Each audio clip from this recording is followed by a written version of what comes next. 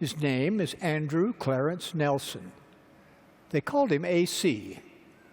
He died when my father was 17 years old, so I never knew my grandfather Nelson. He's the only one of my 4 grandparents I did not know. When my grandfather AC Nelson was a young husband and father, just 27 years old, his father died. Then, about 3 months later, his father, now deceased, came to visit him. The date of that visit was the night of April 6, 1891. Grandfather Nelson was so impressed by his father's visit that he wrote the experience in his own journal for his family and his friends.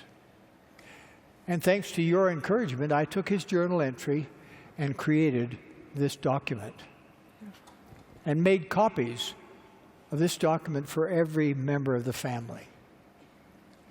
Listen to my grandfather's words about that sacred experience. I was in bed when Father entered the room. He came and sat on the side of the bed.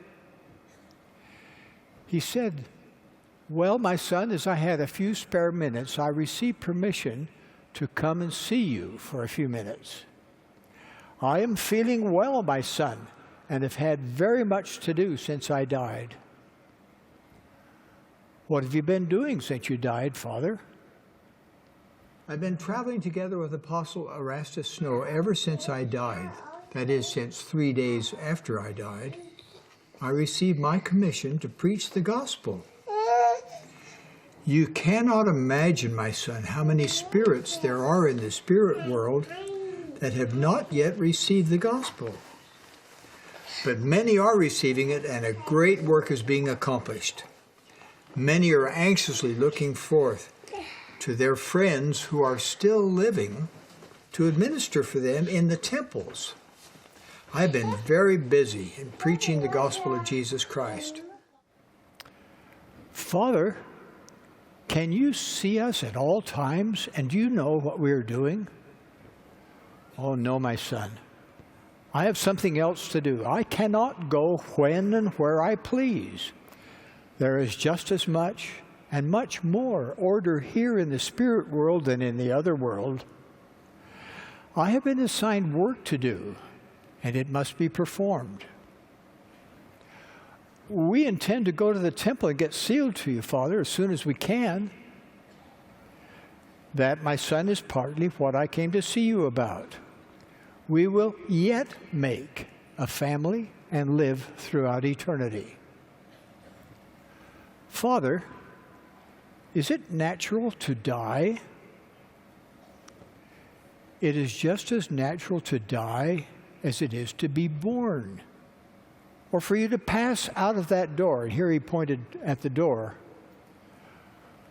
"When I told the folks that I could not last long, it turned dark, and I could not see anything for a few minutes.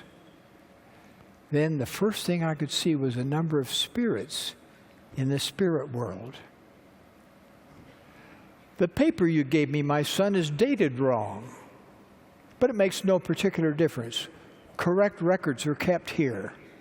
The gospel of Jesus Christ has within it the power of saving every man and woman that will obey it, and in no other way can they ever obtain salvation in the kingdom of God. My son, always cling to the gospel."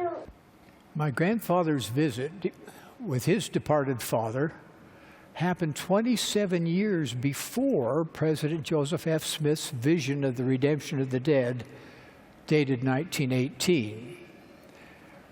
That vision has become Section 138 of the Doctrine and Covenants.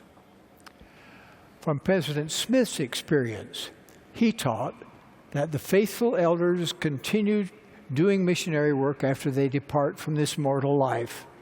And I'm sure that's not just the elders, it would be the sisters too.